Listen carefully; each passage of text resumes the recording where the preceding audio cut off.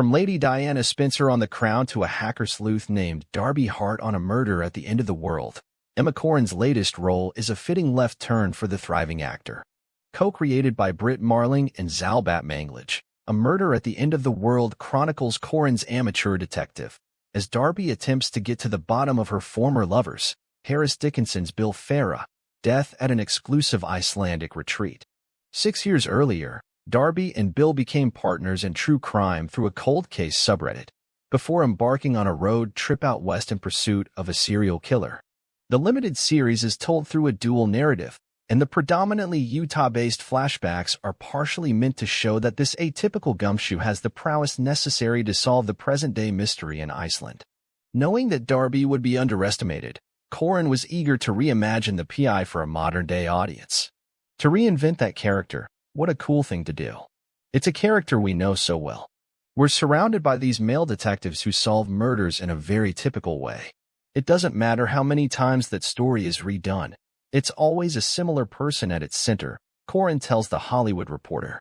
So it was a wonderful challenge, and it was important for me to not infuse my want to reinvent that character with Darby's want, because I don't think she has that.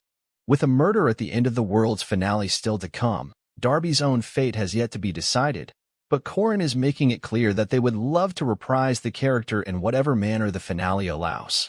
After all, Batmanglij recently told THR that the limited series has become the new pilot, so it remains to be seen if Murder will go the way of Fargo, Big Little Lies, and numerous others.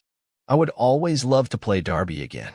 She's the most intriguing character to play, and I grew so much as an actor, Corrin says.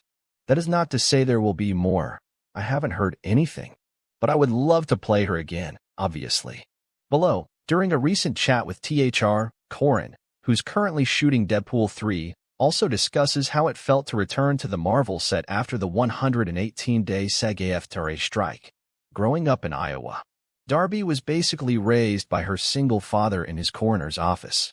Her mother wasn't in the picture, and she came of age at a time when true crime was all the rage. So how do these puzzle pieces explain her relentless drive to solve murders and cold cases?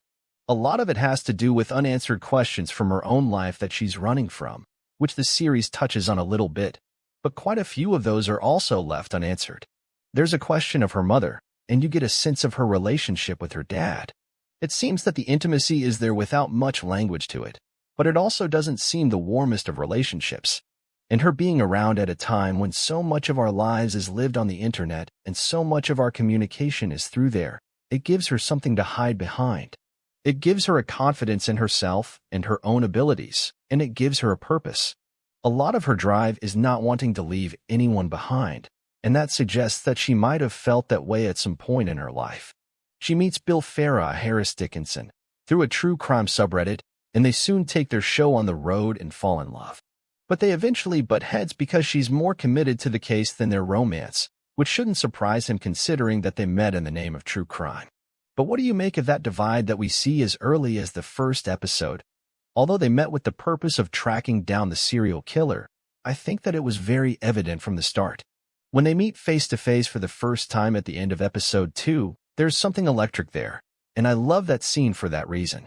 There's so much nostalgia in those flashback moments, and they're so full of feeling, whereas the Iceland chapter of her life is driven by really wanting to find answers and who the killer is. So I don't blame Bill for getting the wrong end of the stick.